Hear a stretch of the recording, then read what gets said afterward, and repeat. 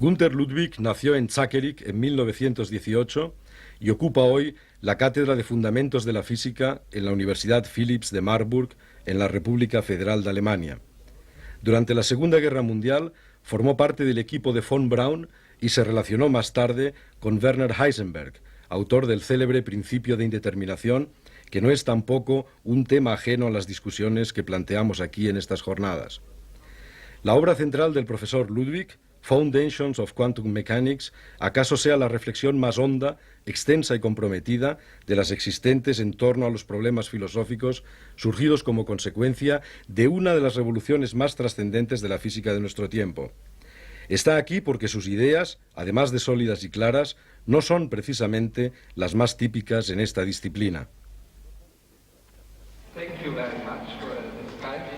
Les doy las gracias por su invitación para participar en este bello acto, que me brinda la posibilidad de hacer algunos comentarios, espero que provocadores, acerca de algunos problemas.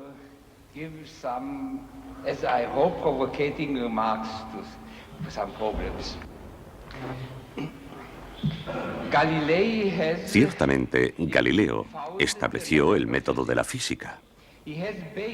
Había basado la física en experimentos y en matemáticas. Él creía que las matemáticas eran apropiadas para describir la naturaleza. Naturaleza que se revela mediante experimentos. Rechazó la filosofía como método de la física que prescribe cómo debe parecer la física. Desafortunadamente, los sucesores no siempre prestaron atención a los métodos establecidos por Galileo. Lo veremos más adelante. Entendido correctamente, Galileo introdujo la física como un desarrollo ulterior del arte. Veremos que la física es, de hecho, un arte muy complicado que hoy solo realizan los físicos mejor calificados, que son muchos.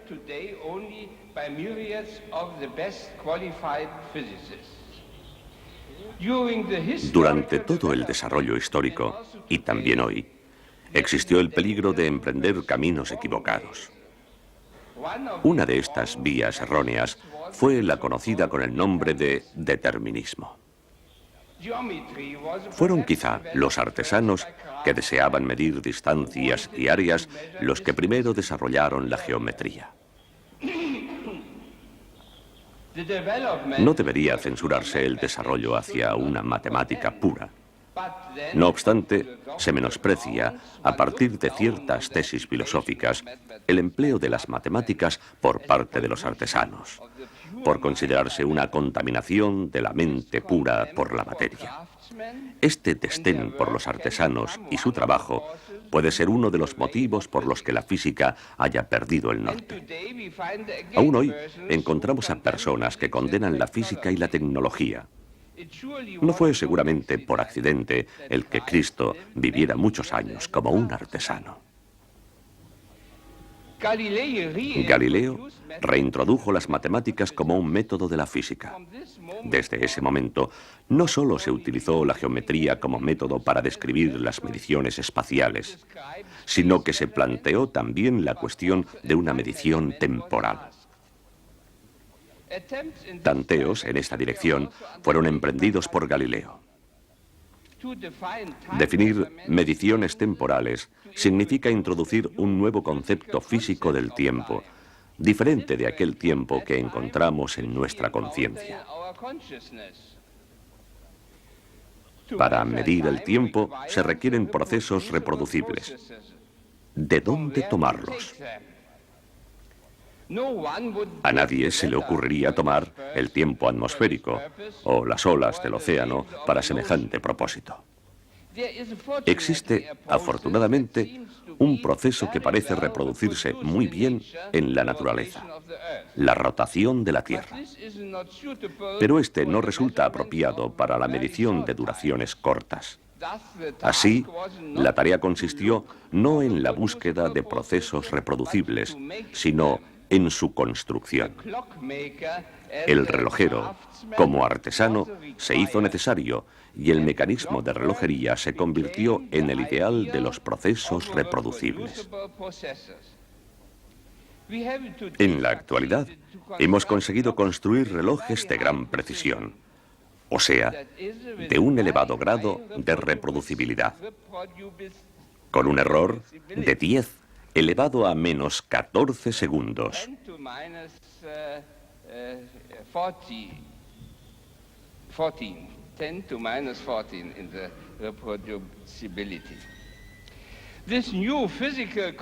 Este nuevo concepto físico de tiempo, definido mediante relojes, no implica nada de lo que nosotros, como seres humanos, llamamos el ahora.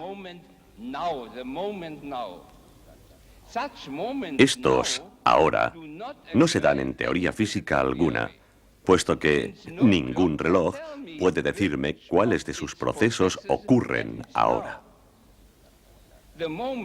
El ahora interviene en la física solo en virtud de nuestro trabajo como físicos, es decir, como superartesanos. Lo que hemos dicho, lo que hemos establecido como hechos fue antes de ahora. Lo que haremos y estableceremos permanece en el futuro, después de la ahora. Pero los físicos se interesaban por los procesos reproducibles para construir no solo relojes, sino también máquinas de interés práctico.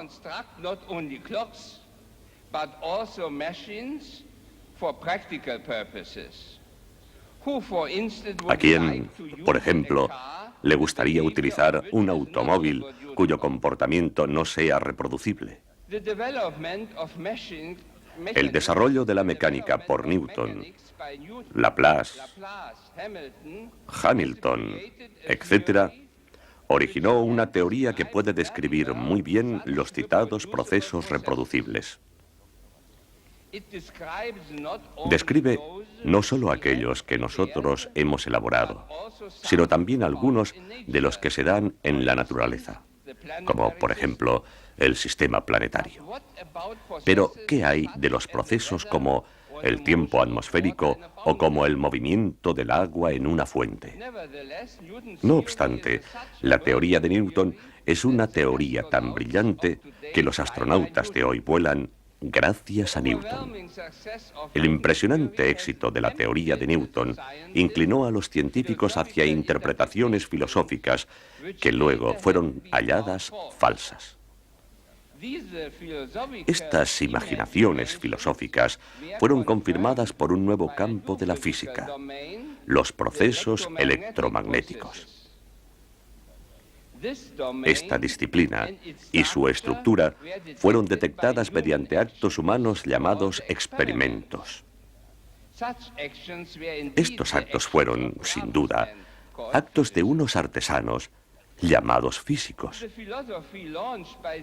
La filosofía puesta en boga por estas teorías pretendía que todas las teorías físicas tuvieran esa forma de evolución temporal determinista, debido a la ley de la causalidad. Pero si no tenemos en cuenta esta superestructura filosófica, no queda más que un círculo vicioso. Tratamos de separar procesos reproducibles y construimos una teoría para estos procesos. Entonces, afirmamos haber detectado, mediante la teoría, que los procesos son reproducibles. Este razonamiento no expresa que no hemos detectado una ley de la naturaleza. Hemos sin duda detectado una ley de la naturaleza, en el sentido de que nosotros, como artesanos, podemos producir estos procesos reproducibles en el dominio de la mecánica y de la electrodinámica. Y hoy empleamos estos procesos en tal medida en nuestra vida cotidiana que no sabríamos vivir sin ellos.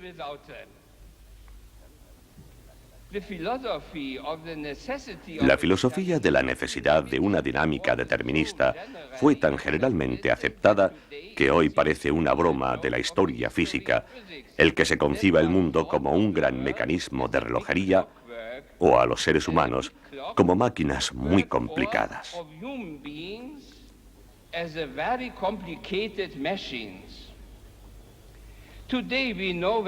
Hoy sabemos muy bien cuántos y cuán grandes esfuerzos son necesarios para que nuestros productos técnicos sean más y más fiables, y que nada es del todo seguro.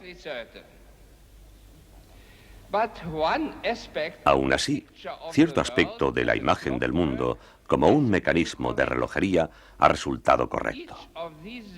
Cada una de estas teorías, dinámicamente deterministas, deja abiertos los llamados valores iniciales, es decir, aquella parte que puede ser preparada arbitrariamente.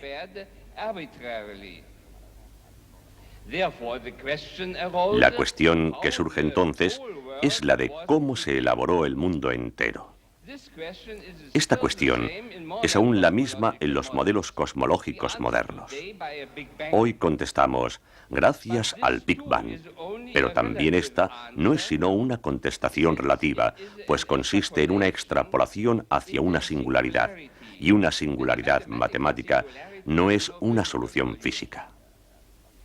En el pasado se decía, gracias a Dios, o se rehuía el problema afirmando que el mundo existe desde un tiempo infinito.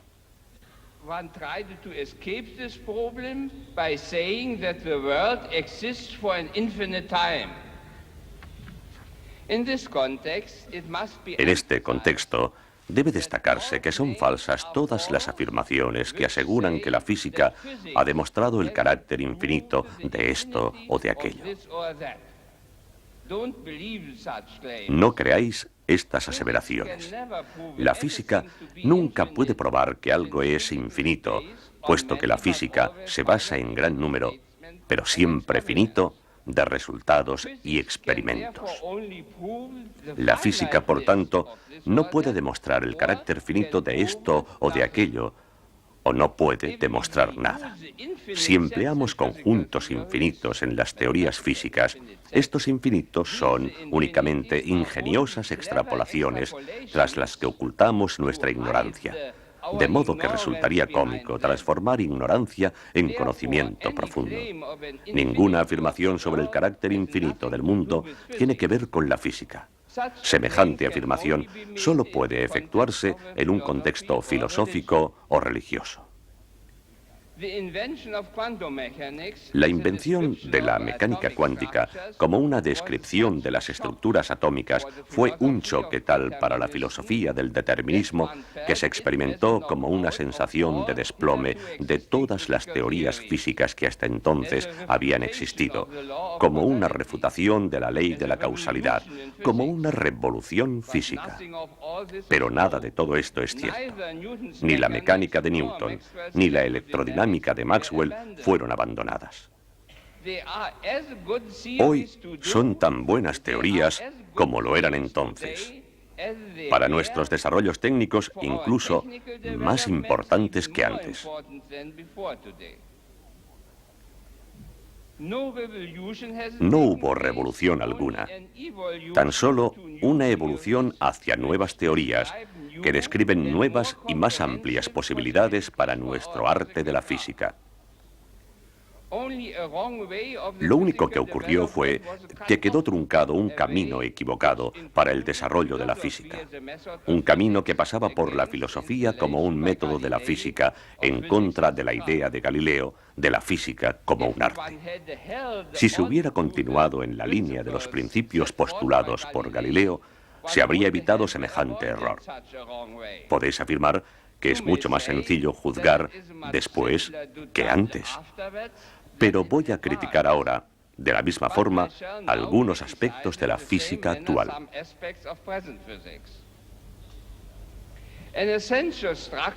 Una estructura esencial de la física moderna es la que normalmente se llama probabilidad. Y aquí encontramos otra vez las más abstrusas imaginaciones. El choque causado por la mecánica cuántica fue tan profundo que se inventaron muchos cuentos de hadas. Si se toma un libro que trata de divulgar microsistemas como los átomos, uno se asombra al comprobar que no se sabe cuánto hay en él de cuento de hadas y cuánto de hechos. Decepcionados por el indeterminismo de la mecánica cuántica, trataron de salvar lo que podía salvarse. Inventaron el siguiente cuento de hadas. Puede suceder que los procesos en microsistemas sean accidentales y estadísticos, pero para macrosistemas, que consisten en muchas partículas, las desviaciones estadísticas se compensan debido al gran número de partículas. Así, los macrosistemas siguen una dinámica determinista. A veces se añade la siguiente fantasía. Un electrón individual, como microsistema, puede decidir libremente lo que hará, pero muchos electrones se comportan de forma determinista.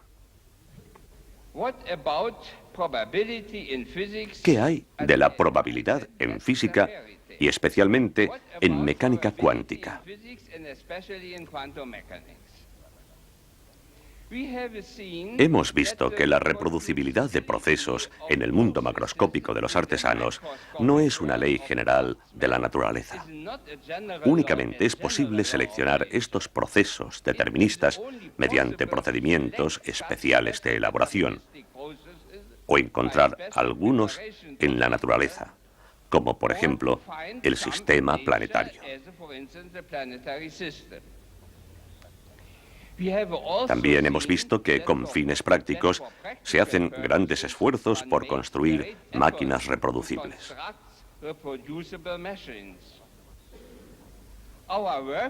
Nuestro trabajo, como físicos, nos muestra que no es siempre posible elaborar macrosistemas, de forma que las acciones de unos sobre otros de estos macrosistemas sean reproducibles.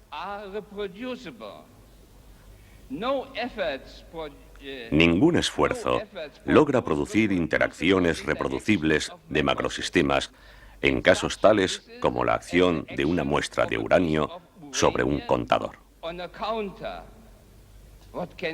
¿Qué podemos hacer en estos casos? Cuando los procesos individuales no pueden hacerse reproducibles, tratamos de encontrar procedimientos tales que hagan reproducibles las frecuencias de los distintos procesos al repetir muchas veces los experimentos, de acuerdo con estos procedimientos. Así, reemplazamos la demanda de procesos reproducibles por la demanda de reproducibilidad para las frecuencias de los distintos procesos.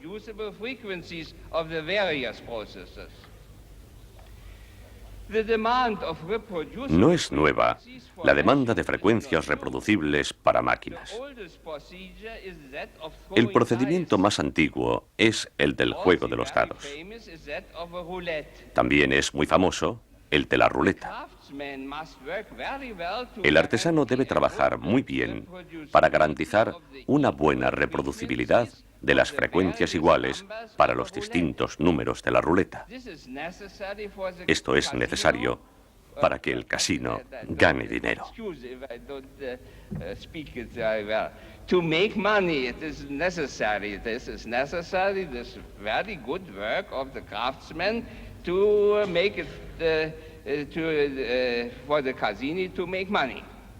But all these Pero todas estas máquinas fueron fabricadas para el juego. El interés físico actual radica en procedimientos en los que las frecuencias no se pueden construir a capricho, sino que están determinadas por los propios procedimientos. En este sentido, se detectan estructuras de la naturaleza como, por ejemplo, el de una muestra de uranio que interacciona con un contador.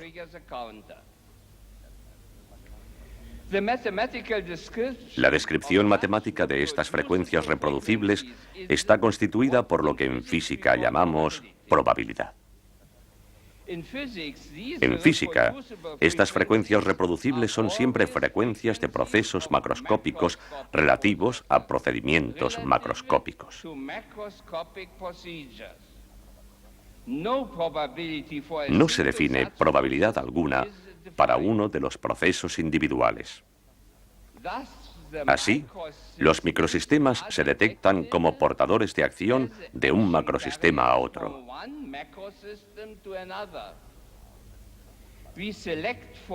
Nosotros seleccionamos para los experimentos físicos solo aquellas interacciones para las que las frecuencias de las diferentes acciones son reproducibles.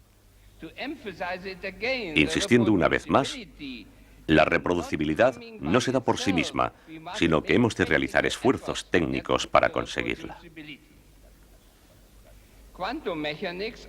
La mecánica cuántica de microsistemas, como por ejemplo electrones y átomos, no es más que una teoría aplicable a todas estas interacciones entre macrosistemas mediante microsistemas como portadores de acción. La estructura de estas acciones a través de microsistemas difiere de las mismas entre macrosistemas con las que estamos familiarizados. Tomemos dos ejemplos. Una escopeta que actúa mediante balas sobre otros sistemas y una escopeta de electrones que actúa mediante electrones sobre otros sistemas. Sabemos que con electrones podemos obtener frecuencias reproducibles para las acciones y que estas frecuencias deparan las llamadas franjas de frecuencia.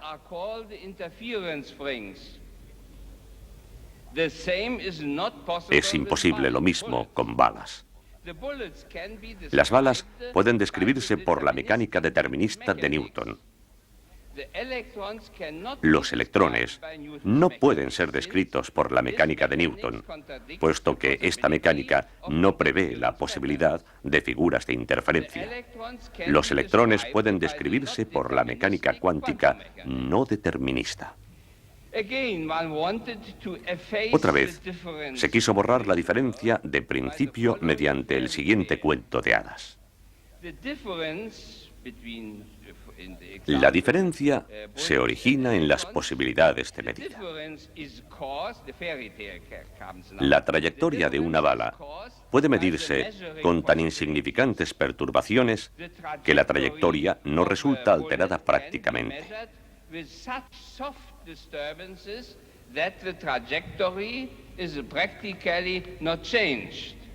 La medida sobre un electrón no puede ser tan inocua como para que la perturbación pueda ser despreciada.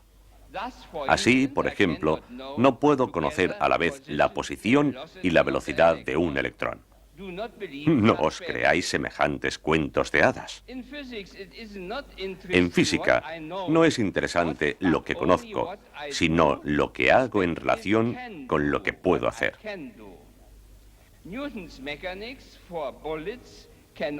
La mecánica de Newton para balas puede obtenerse también si únicamente se permiten mediciones muy groseras en los proyectiles, como por ejemplo mediante las acciones de las balas sobre sacos de arena o sobre placas metálicas.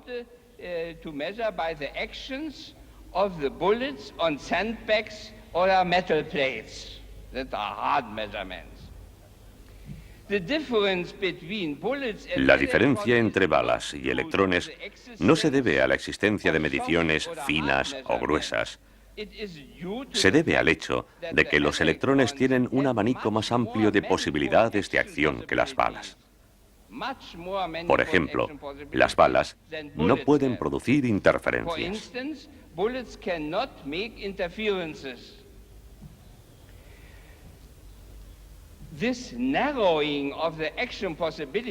Esta reducción de las posibilidades de acción cuando pasamos de átomos a moléculas, a macromoléculas y finalmente a sistemas macroscópicos es también la clave para entender que la descripción objetiva de macrosistemas es compatible con la mecánica cuántica.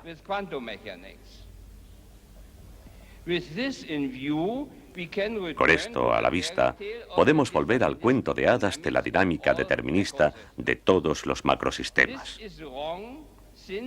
Esto es falso, puesto que existen macrosistemas en interacción con una dinámica indeterminista, como, por ejemplo, aquellos macrosistemas cuya interacción constituía la base para la detección de microsistemas.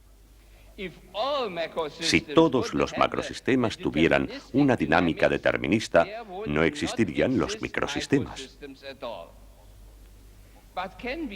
Pero, ¿podemos decir un poco más sobre la dinámica de macrosistemas?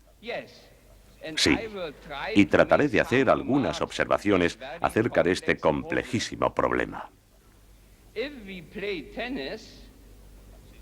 Si jugamos a tenis, el comportamiento de la pelota es determinista y puede ser descrito mediante la mecánica de Newton. Más complicada resulta la dinámica de un gas, la aerodinámica. Hay ciertos dominios donde esta dinámica es determinista, pero también existen otros dominios donde es indeterminista. Hay una línea general para todos los macrosistemas, una ecuación de movimiento determinista que solo puede ser una buena descripción en el supuesto de que las soluciones sean estables.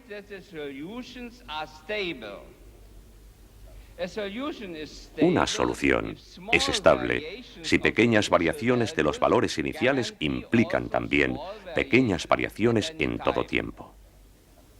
En caso de inestabilidad, la dinámica determinista es falsa y debe ser reemplazada por al menos una dinámica estadística.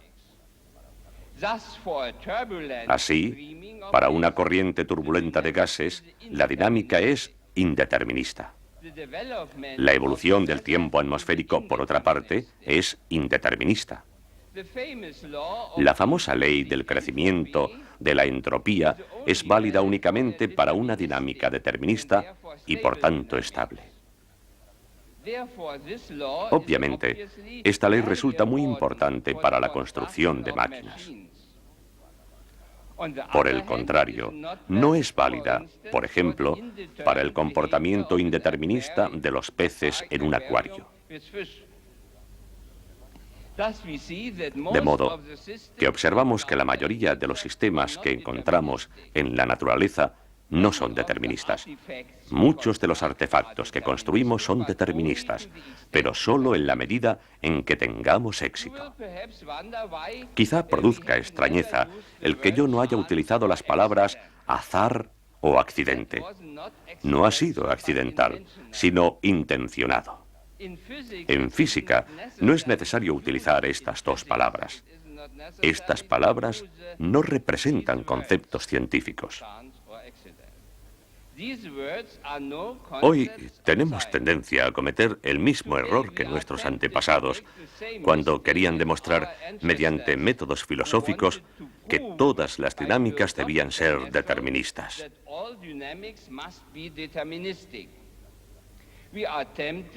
Sentimos la tentación de demostrar, sobre la base de conceptos filosóficos, que para grandes números de repeticiones, las frecuencias son reproducibles con elevada probabilidad. Desgraciadamente, varias filosofías aseguran proporcionar la verdadera comprensión de las probabilidades. Se requeriría un voluminoso libro para describir todas estas filosofías. Mencionaremos brevemente tan solo dos conceptos de azar o accidente.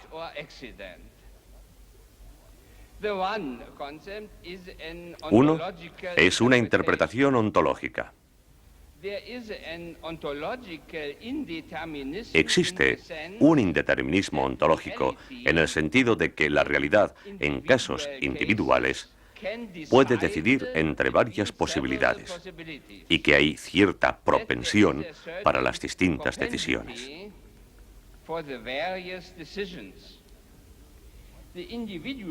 La decisión individual es accidental, pero a causa de las diferentes propensiones, una frecuencia reproducible para las distintas decisiones es viable para números elevados de casos iguales.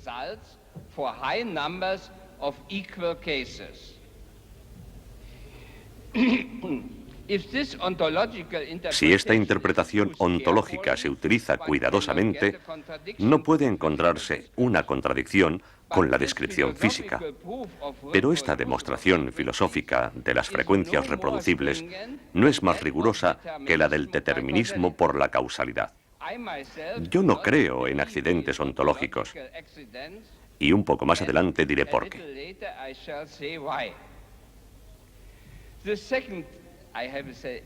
He dicho que no creo, pero la física no puede demostrarlo. La segunda interpretación de probabilidad es de carácter subjetivo. La probabilidad es un peso para la ocurrencia de las distintas posibilidades. Este peso depende del conocimiento que yo poseo antes de los acontecimientos. Estos pesos solo tienen sentido para hechos que han de ocurrir y no para aquellos que a mí me consta ya ocurrieron. El concepto físico de probabilidad, por el contrario, puede también ser aplicado a hechos que han ocurrido ya.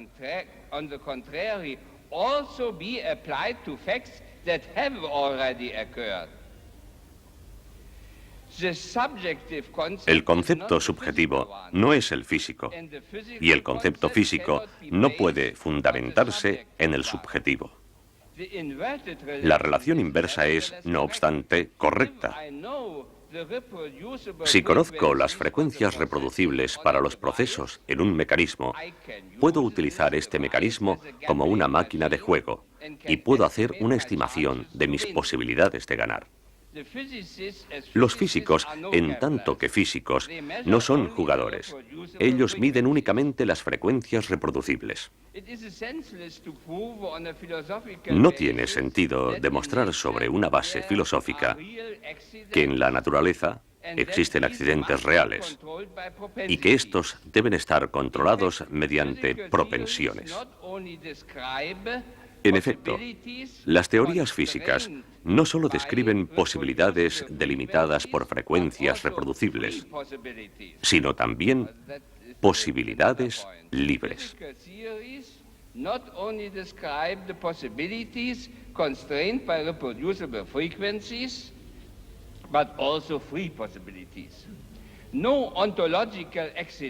Ningún accidente ontológico, con o sin el concepto de propensión, puede fundamentarse en la ciencia. Voy a dar dos argumentos para justificarlo. La teoría de la evolución de la vida sobre la Tierra no es más que una aplicación de la física a un proceso dado en la naturaleza. Es sabido que con este propósito el concepto de accidente o azar se emplea en gran escala.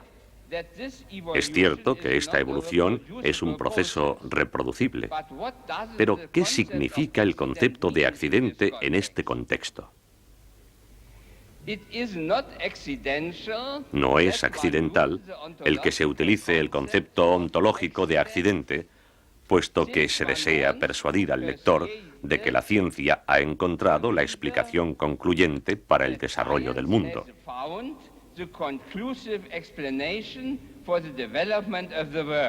El lector, o el oyente, está completamente predispuesto a aceptar el concepto de accidente en la medida en que se presenta como un concepto científicamente establecido. Pero accidente o azar no es un concepto científico. Si se sustituye la palabra accidente o azar por acción de un fantasma, por ejemplo, toda la esencia científica de la descripción de la evolución de la vida queda inalterada. Yo personalmente no creo ni en fantasmas ni en accidentes ontológicos. Deseaba simplemente demostrar cuán fácil es, de manera inconsciente, añadir imaginaciones filosóficas a las explicaciones científicas y vender estas imaginaciones como últimos hallazgos científicos. ¿Es falsa, entonces, la explicación de la evolución que se ha descrito? Si se toma la palabra accidente o azar solo como un sinónimo del concepto físico de una realización de una posibilidad teórica, entonces la descripción muestra que la evolución de la vida no está en contradicción con las teorías físicas.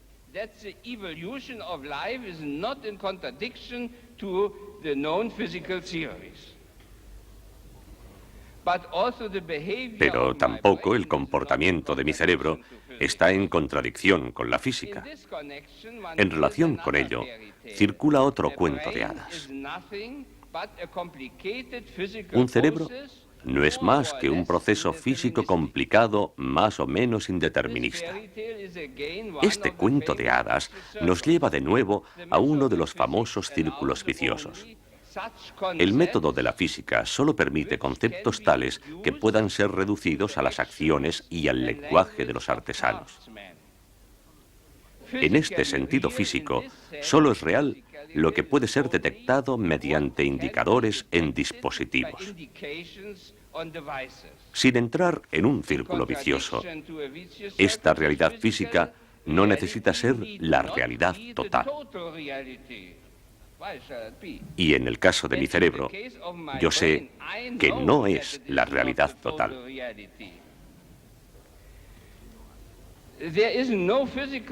No hay definición física para un hermoso sonido que oigo, ni para un hermoso cuadro que observo. Puede haber correlaciones entre estos hechos en mi conciencia y las indicaciones sobre dispositivos influidos por mi cerebro.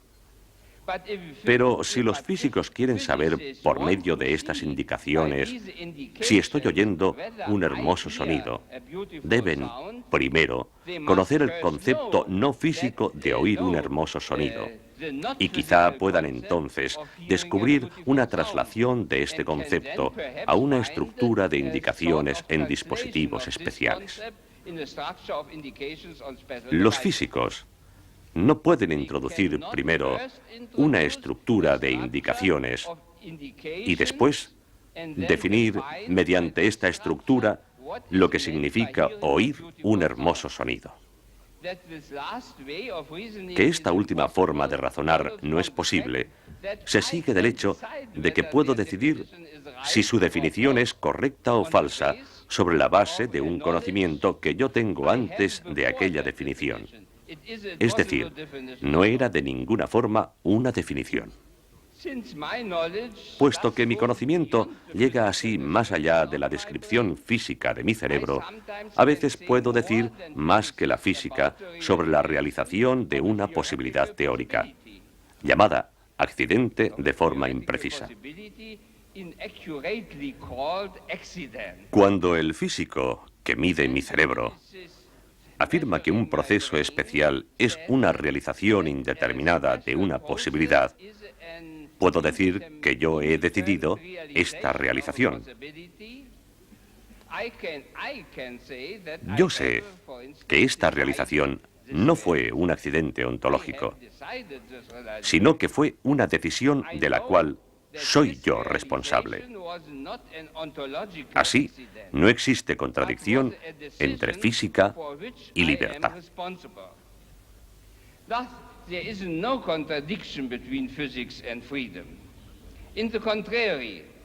Por el contrario, sin libertad no hay física. Si simplemente nos hubiéramos paseado por la naturaleza, limitándonos a observar, observar y observar, ninguna física se habría desarrollado jamás. No es ver, sino hacer lo que resulta esencial para la física. El observador, invocado a menudo en física, es esencialmente activo, la mayor parte de las veces incluso creativamente activo. Lo observado es únicamente un conjunto de indicaciones en aparatos, pero esto cualquiera puede hacerlo, incluso alguien que no entienda nada de física. Hoy tales indicaciones se registran en memorias de ordenadores y allí quedan almacenadas a nuestra disposición. Una física pura y una física aplicada, es decir, tecnología, no pueden separarse. La física actual es una amplia y conectada red de teorías con sus correspondientes realidades y posibilidades. Esta física comprende la química, la biofísica y gran parte de la medicina. Pero es imposible realizar todo lo que es posible, puesto que no existen suficientes seres humanos ni hay tiempo suficiente para ello. Así que hemos de seleccionar lo que realizamos, querámoslo o no. Somos responsables de nuestras selecciones. Podemos salvar la vida y destruir la vida, en ambos casos con ayuda de la física. Pero no podemos construir la paz como construimos un puente sobre un río. La paz es finalmente un don y no una conquista. Muchas gracias por todo.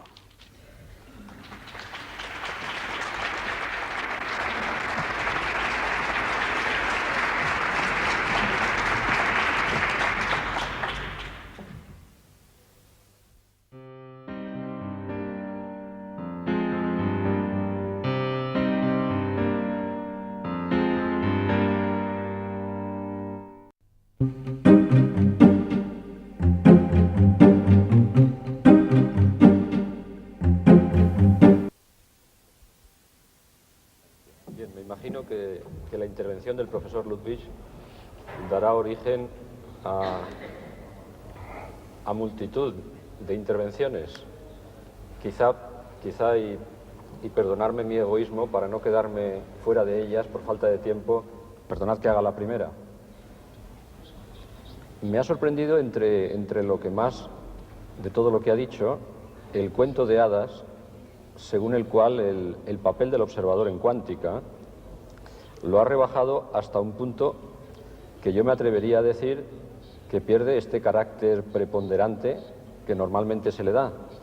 Es decir, el observador que no era nada en clásica y que prácticamente es todo en algunas versiones de la cuántica, en su opinión, profesor Ludwig, ¿qué diferencia hay entre los dos ahora, desde su punto de vista, si es que hay alguna, entre el observador cuántico y el observador clásico? ¿O ya no tiene lugar hablar de dos observadores, en su opinión?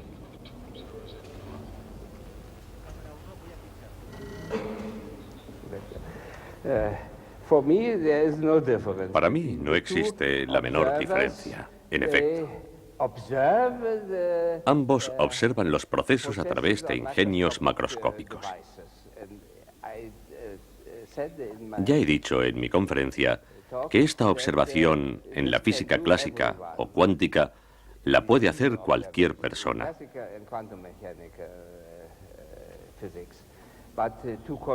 Pero sacar alguna conclusión de los procesos de observación es una tarea para los físicos. En el caso de sistemas macroscópicos, hemos de utilizar la física cuántica para extraer conclusiones.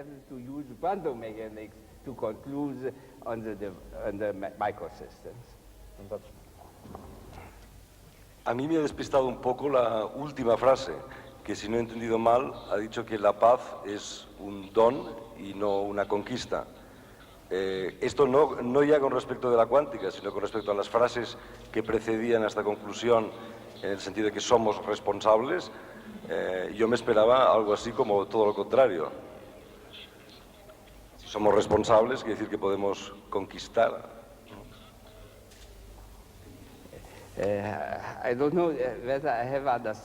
No sé si he entendido correctamente la pregunta, pero creo que se refiere a si la paz está dada o no.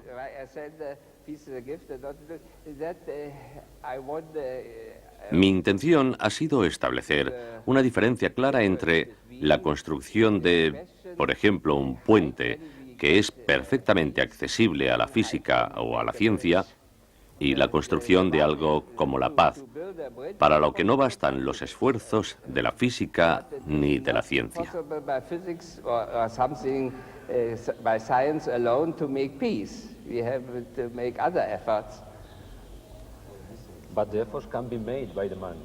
Pero el ser humano puede esforzarse. ¿Que la paz puede construirse? Quizás no. Puede ser construida. Quizá no, pero podemos comportarnos de manera que logremos el don de la paz. Profesor.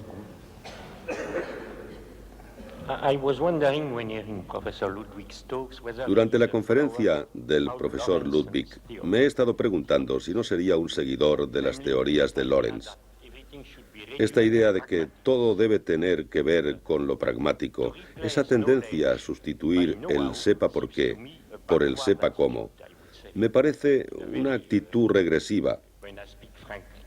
La ciencia moderna empieza, para mí, con Galileo Galilei, pero no porque Galileo estuviera interesado en alguna clase de artesanía, sino porque Galileo se dio cuenta de que a principios del siglo XVII habían eclosionado dos ideas en las mentes de las gentes. La primera es la notación de los números reales como una sucesión infinita de dígitos debida a Simon Stevin. Y la segunda, la noción de función matemática.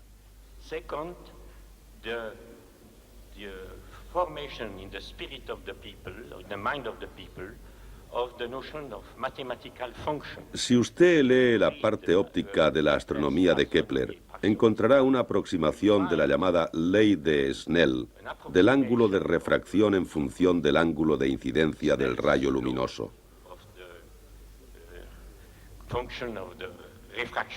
Por tanto, pienso que en el origen de la ciencia moderna hay involucradas dos nociones básicas, la de número real y la noción matemática de función, que de hecho encontró su expresión final tiempo después.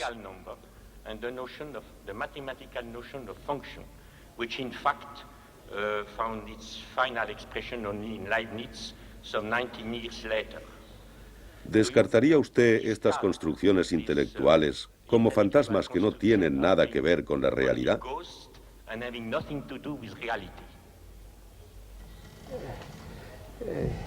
If I understand right your question, I would say, for instance, Si he entendido bien su pregunta, yo diría, por ejemplo, que la discusión de Leibniz sobre si la diferenciación matemática tiene o no un significado en la realidad no tiene sentido. La diferenciación matemática es una idealización muy buena y muy práctica, pero tras ella escondemos muchas cuestiones importantes. Very good and very practical idealization, but we verstecken, we hide, yes, excuse me. We hide behind such things as, for instance, por ejemplo, no sabemos nada de la estructura del espacio y del tiempo. La idealización no tiene nada que ver con la realidad. En mi opinión, ni la diferenciación de funciones, ni, por ejemplo, el continuo, son idealizaciones que tengan algo que ver con la realidad. Es matemática ficción. The continuum has nothing to do with reality. That is a mathematical fiction. Yo podría llegar a compartir una afirmación como esta. ¿Está de acuerdo? La estructura del espacio-tiempo no es probablemente la que en la práctica usamos en la geometría ordinaria o en el cálculo clásico. Pero, a pesar de todo, debido precisamente a su utilidad, sí contiene cierta clase de realidad, sí tiene algo que ver con la realidad.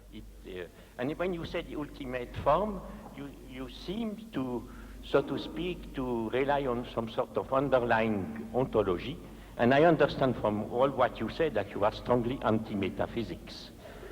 Am I wrong?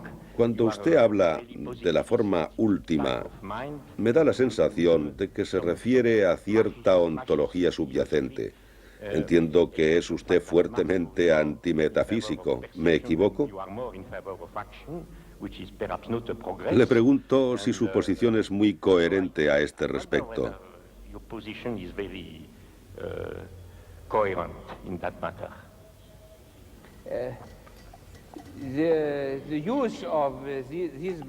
No niego que las matemáticas tengan algo que ver con la realidad. Existe, también para mí, cierta conexión, pero se trata de una conexión imprecisa. Es el científico el que debe acordar cierta imprecisión finita y entonces, solo entonces, puede hablarse de que las matemáticas reflejan la realidad con tal precisión finita. Esta es mi opinión.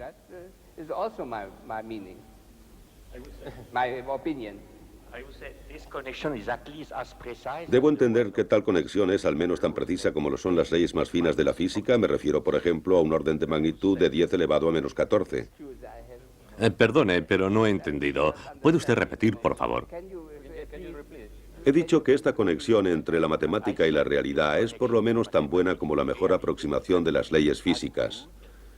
Es decir, a un orden de magnitud de 10 elevado a menos 14, que es la que corresponde a la definición del tiempo como función de ciertas frecuencias espectrales.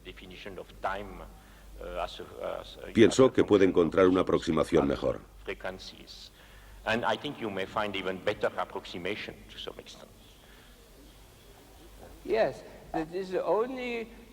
Sí, esta es la mejor aproximación actual. Pero, aunque la precisión siga mejorando en el futuro, no creo que tenga sentido decir que sea arbitrariamente mejorable.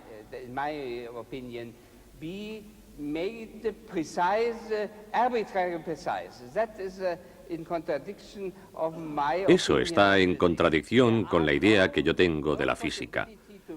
No hay posibilidad de afinar arbitrariamente la precisión. El concepto arbitrario no significa absolutamente nada en física.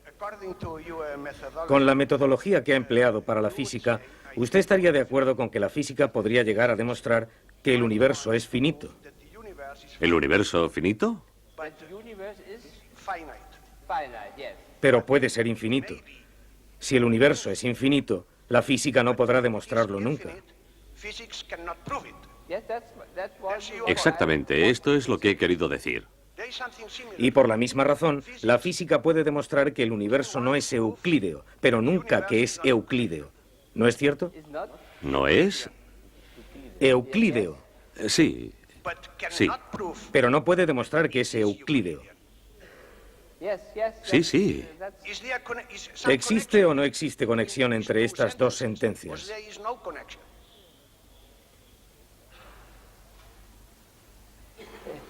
There are also models, infinite models, which are not Euclidean. Existen modelos infinitos que, en tanto que modelos, no son euclídeos como modelos. Pero si usted construye un modelo euclídeo, la física no puede demostrar que lo sea en una región próxima mediante experimentos y demás. Pero sería posible, en el pensamiento, que no estuviésemos en situación de probarlo. Y de hecho, las medidas y observaciones astronómicas ya tienen la calidad suficiente como para demostrar que no es euclídeo. I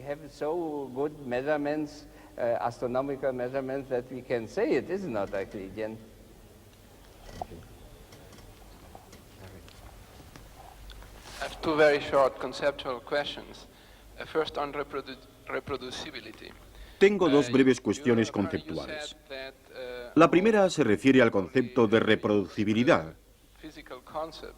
Usted ha dicho que todas las ideas con sentido físico dependen de la reproducibilidad.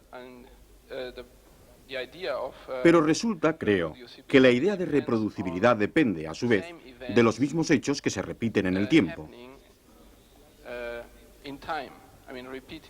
Es decir, la reproducibilidad presupone un concepto de tiempo físico. Y este no es definible en términos de sucesos reproducibles. Veo aquí, por lo tanto, cierta tensión conceptual.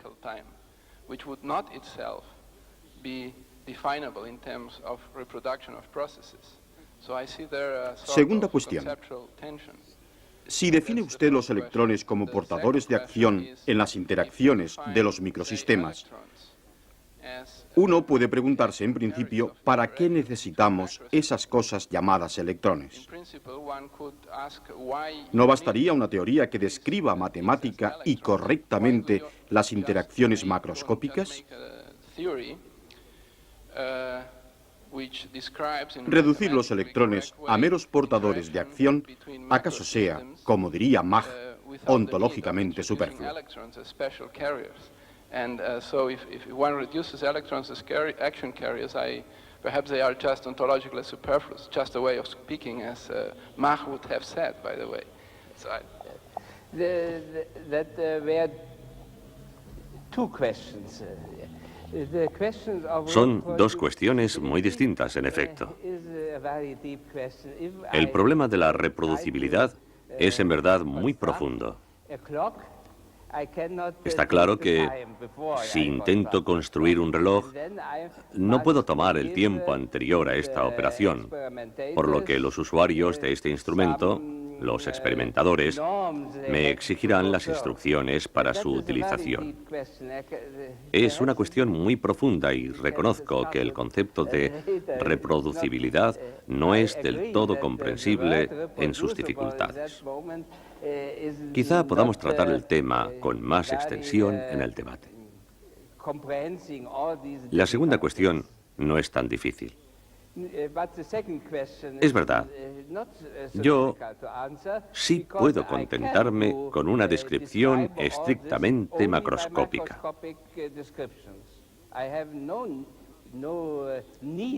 Yo no necesito introducir el concepto de electrón. También es verdad.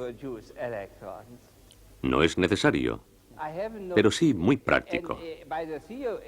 Pero en mi interpretación, los electrones son también realidades y se hacen reales gracias a sus interacciones, o sea, como una estructura de sus interacciones.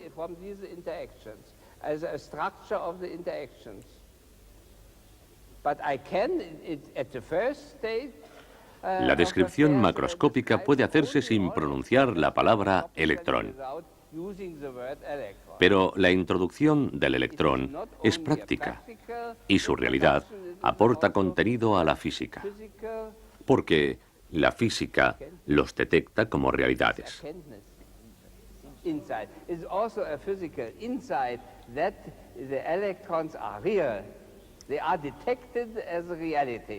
Pero atención, su detección se consuma mediante su acción sobre ingenios macroscópicos.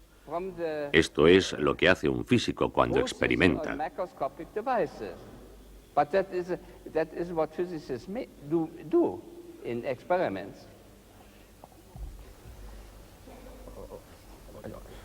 Un momento, por favor. Perdone.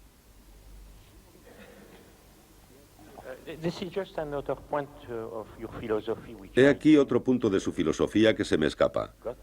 ¿Qué idea tiene usted de la causalidad?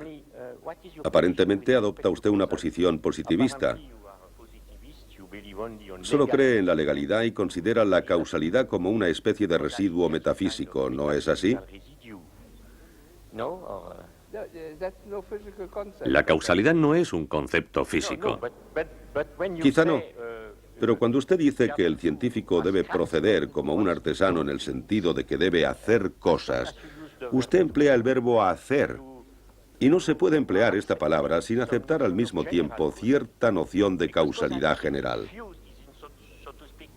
La causalidad impregna totalmente la estructura de nuestro lenguaje y su descripción se confía además a esa categoría gramatical llamada verbo.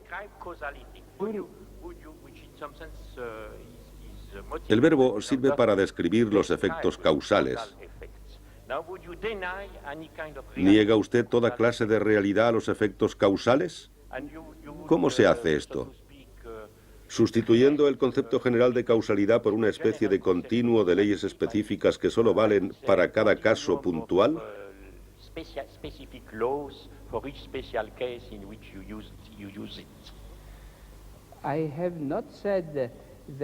No sostengo que la física deba construirse sin hipótesis.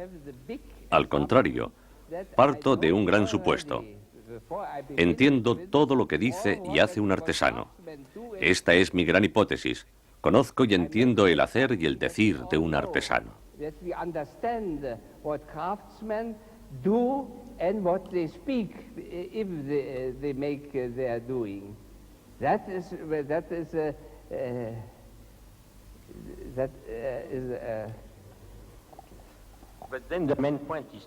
¿Cuál es entonces su referencia última, el artesano o el físico teórico? ¿El artesano?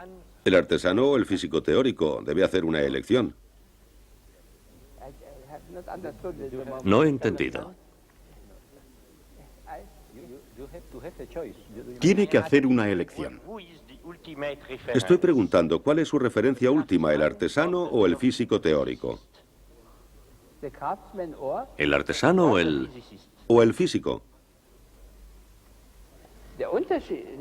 La diferencia. Para mí no hay diferencia entre ambos, entre el artesano y el físico. No, por favor.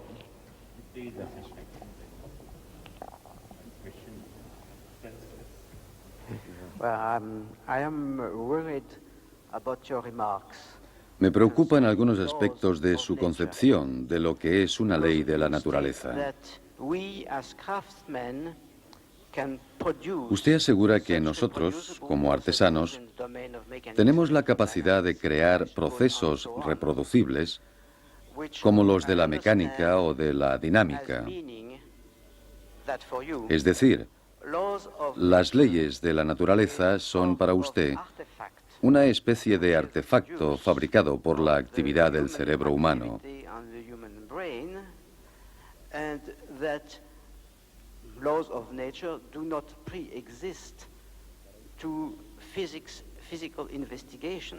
Para usted, las leyes de la naturaleza no preexisten a la investigación de la física.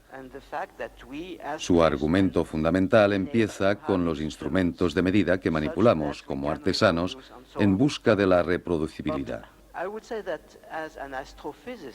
Pero yo, como astrofísico, debo declarar algo. Nosotros nos enfrentamos a una situación en la que jamás vemos una misma cosa dos veces. La reproducibilidad no existe en el cielo, ni, me atrevería a decir, en muchas otras disciplinas terrestres como el clima, que usted mismo ha mencionado. Y, a pesar de todo, seguimos intentando comprender lo que vemos. No es posible alcanzar una comprensión de las observaciones, ni cierto nivel de predicción, sin hacer una hipótesis fundamental. Las leyes de la naturaleza existen y operan in situ, en la atmósfera de las estrellas, en lo más profundo de sus núcleos, en las galaxias, etc.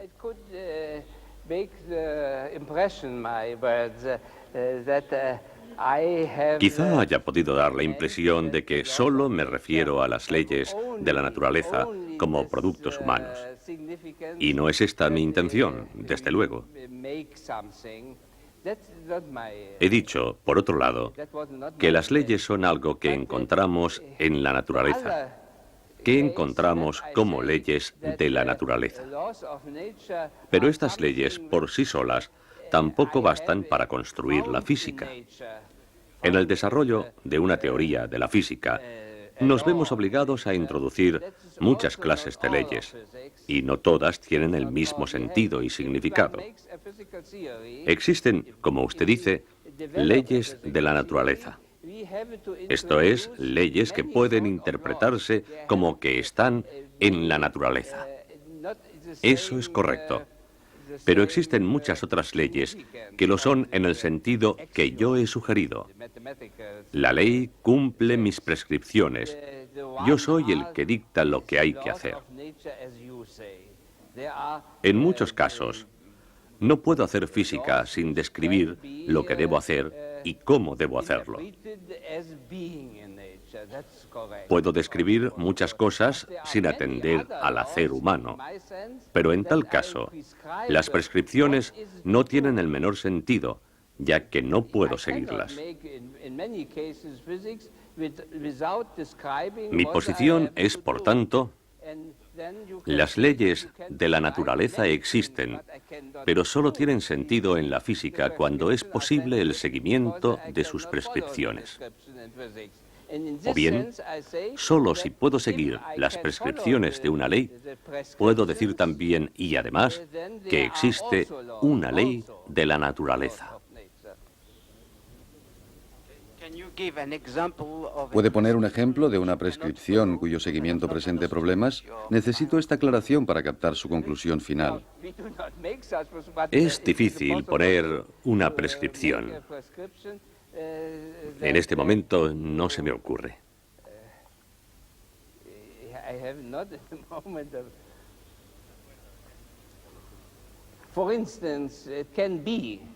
Por ejemplo, sea la prescripción de tomar una longitud dada y proceder a dividirla en dos partes.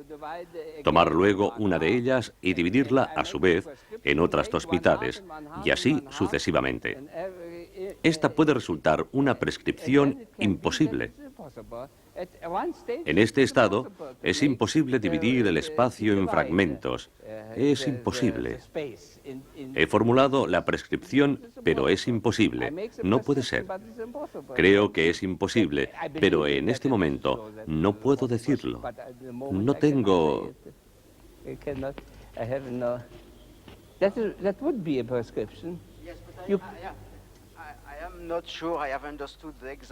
No estoy seguro de entender el ejemplo. Lo que divide es un pedazo de espacio o de materia. Si se trata de espacio, acabará por toparse con el límite cuántico. Si se trata de...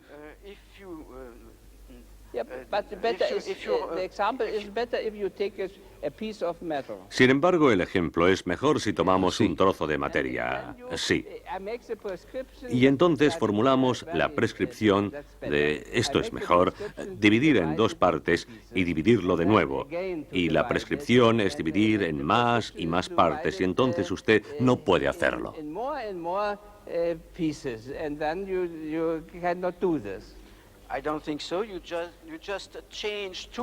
Entonces, decía, irá alcanzando tamaños cada vez menores hasta llegar al nivel de un solo átomo. A partir de ahí ya no se puede seguir. Sí. Se pierde la continuidad y eso. Sí. Y eso significa que la prescripción no es físicamente correcta. No puedo hacerlo. Entonces, la prescripción no es físicamente correcta y, en último término, alcanza la estructura atómica de la materia. Sí, sí. Esto es, así es. Eso es precisamente lo que quiero decir. Mientras puedo seguir la prescripción, obtengo algo de la estructura del mundo que puedo conocer y controlar. Pero en ciertos dominios, o a partir de determinado punto, el seguimiento se hace imposible. Ya no puedo seguir dividiendo por dos. Entonces, detecto una nueva ley.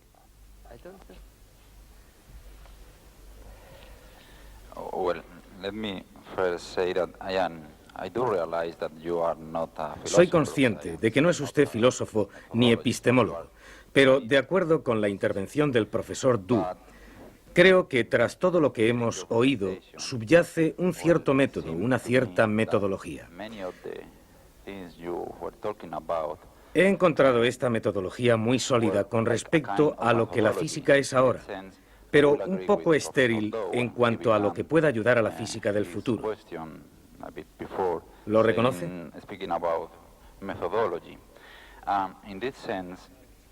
En este sentido, quizás sus ideas tal como las ha presentado, le pueden ayudar a entender la física actual. Le ayudan a entender a usted de este modo la física.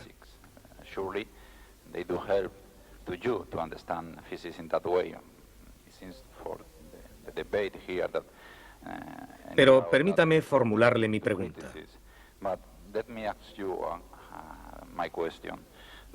¿Cree usted que sus puntos de vista ayudarán a la física en sus desarrollos futuros?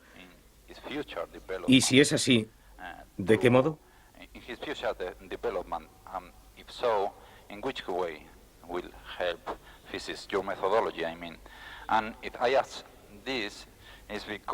Si pregunto esto, es porque tengo la impresión de que su metodología explica con mucha seguridad la física, y es un tanto estéril en cuanto a sus posibilidades de ayudar a la física.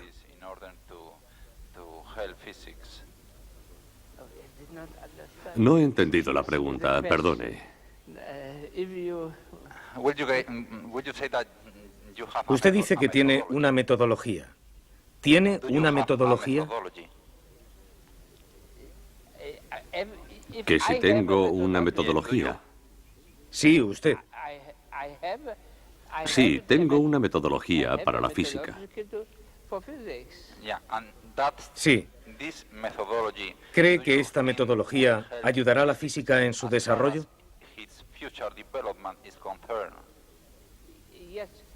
Sí, pero yo no tengo la física del futuro. Yo lo que tengo únicamente es la metodología. Tengo tan solo la metodología. Sí. No tengo una física. Evidentemente. Por supuesto. ¿De qué forma ayuda su metodología a los desarrollos futuros de la física?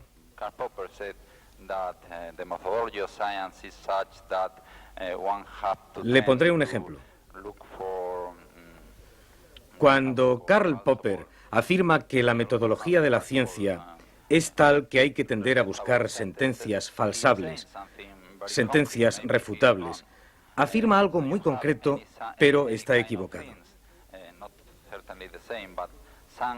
Tiene usted algún tipo de cosas, no las mismas, por supuesto, pero algunos puntos mediante los cuales pueda identificarse la metodología del profesor Ludwig y entender qué dice en realidad acerca de los desarrollos futuros en la física? ¿Se refiere usted a que no puede existir una metodología para la física o a otra cosa? No entiendo. La historia de la física nos enseña acerca de la construcción de teorías, no acerca de las teorías en sí. La comprensión de la naturaleza no puede ser anterior a los experimentos. Mi método sirve para orientarme en cuanto al aspecto fundamental de la estructura de la física, pero no es un método para encontrar teorías, ni siquiera para desarrollarlas. En mi opinión, no existe un método para buscar ni para encontrar teorías. Solo una precisión. He querido comprender de sus palabras que, en cierto sentido, usted cree en las leyes ontológicas. Sí. Las leyes están en la naturaleza, admitido. Sin embargo, en su conferencia ha rechazado lo que usted mismo ha denominado como accidente ontológico.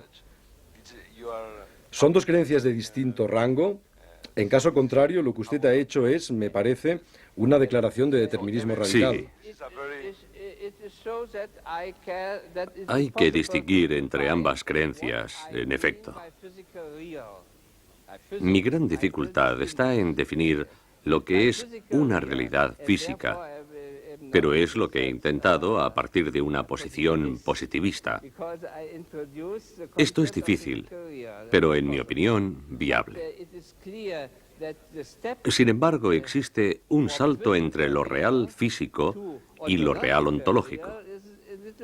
Si he dado estos saltos, no lo he hecho en el contexto de la física, sino fuera de ella. Tiene usted razón. Una pregunta entonces. ¿Está todo permitido en la naturaleza? ¿Todo está? ¿En la naturaleza está todo permitido? Si no hay accidente y usted cree en leyes, entonces o está todo lleno de leyes o de vacío. you believe in laws, so the space is full of laws, or is some hole for the... Esta es la idea. Como físico que maneja ingenios diseñados e influenciados por un cerebro humano, puedo tomar una decisión libre y calificar tal hecho de accidente, aunque la palabra no me guste nada.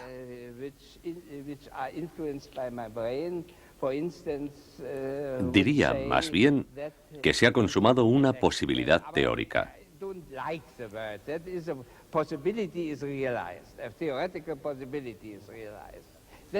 Pero obsérvese que el accidente es un producto de una decisión mía y no se trata, por tanto, de un accidente ontológico.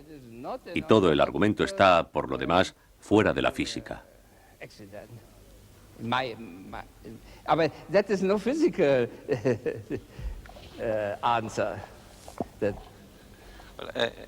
Well, you say that there is no place for chance or for accident, but that they are just realizations. Acaba de decir que no hay lugar para el azar o el accidente, sino que estos conceptos son solo la realización de posibilidades teóricas.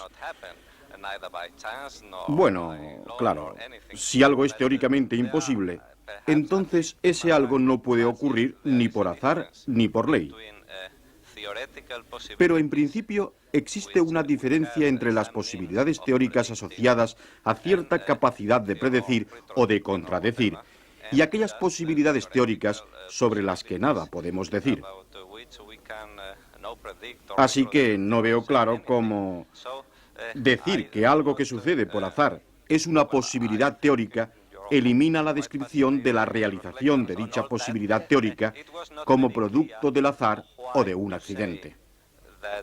Something which happens by chance is a theoretical possibility eliminates the description of the realization of that theoretical possibility as a chance or an accident.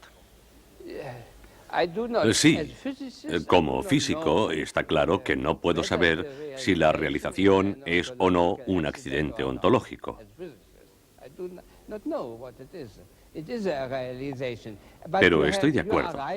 Lo que una teoría no permite es imposible en el sentido de que representa una contradicción para esta teoría. Y se trata precisamente de puntos esenciales de nuestras teorías. Una teoría física abierta es aquella que deja posibilidades que no son posibles en la naturaleza. Closed theory, a physical not closed theory, let open possibility which are not possible in nature. Tendemos a elaborar teorías cerradas que permitan, dadas ciertas condiciones, la predicción. It may be in some circumstance to produce such things, for instance. Se trata de una cuestión crucial para las teorías de la física.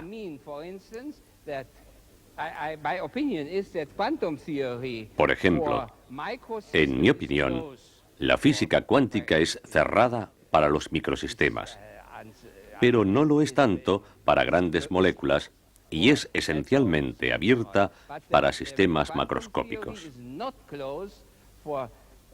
Bigger molecules and essentially not closed for macrosystems. En la paradoja de Schrödinger, la física cuántica es incapaz de determinar si el gato está vivo o muerto. Sin embargo, la naturaleza es clara en este sentido. El gato o está vivo o está muerto. And that the quantum theory cannot tell us that the cat is dead or not dead. The quantum theory cannot tell us this fact. But this is so in nature. There cannot be other possibilities. Please, the last two questions. This is not a question. This is a statement. Me gustaría hacer un comentario después de todo lo que se ha dicho sobre metodología. In the office En el despacho de Willy Fowler había, creo que todavía está, un cartel cuya inscripción se lamentaba de una terrible tragedia, la del horrible asesinato de las bellas teorías a manos de la fea realidad. Es algo que introduce perfectamente el comentario siguiente. La metodología común en física y en ciencia en general consiste en atender muy cuidadosamente a todos y cada uno de los desacuerdos que puedan surgir entre la teoría y los hechos.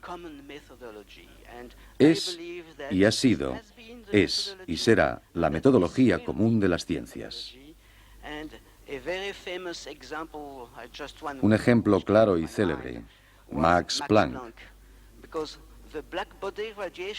La radiación del cuerpo negro tenía una teoría que estaba en completo desacuerdo con las medidas experimentales y de tal desacuerdo emergió la teoría cuántica de la radiación. Esta es también mi opinión, solo que expresada con otras palabras. Tengo otra pregunta. En su conferencia, usted ha calificado la evolución del tiempo, del clima, como indeterminista. ¿Puede explicarse un poco más? No parece una conclusión dentro del contexto físico, pues una información suficiente del movimiento del aire sí permitiría quizá la elaboración de un modelo determinista.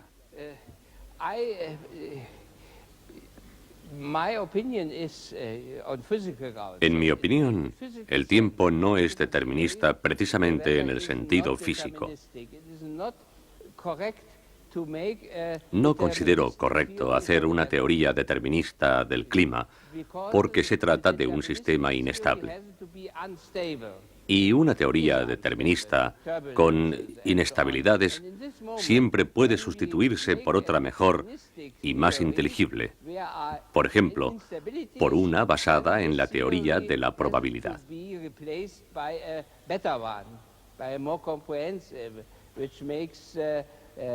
For instance, tells us probabilities for the several possibilities. El modelo determinista no nos da idea de las probabilidades reales. The real probabilities. That's my opinion on this case. Then the discussion. I have also that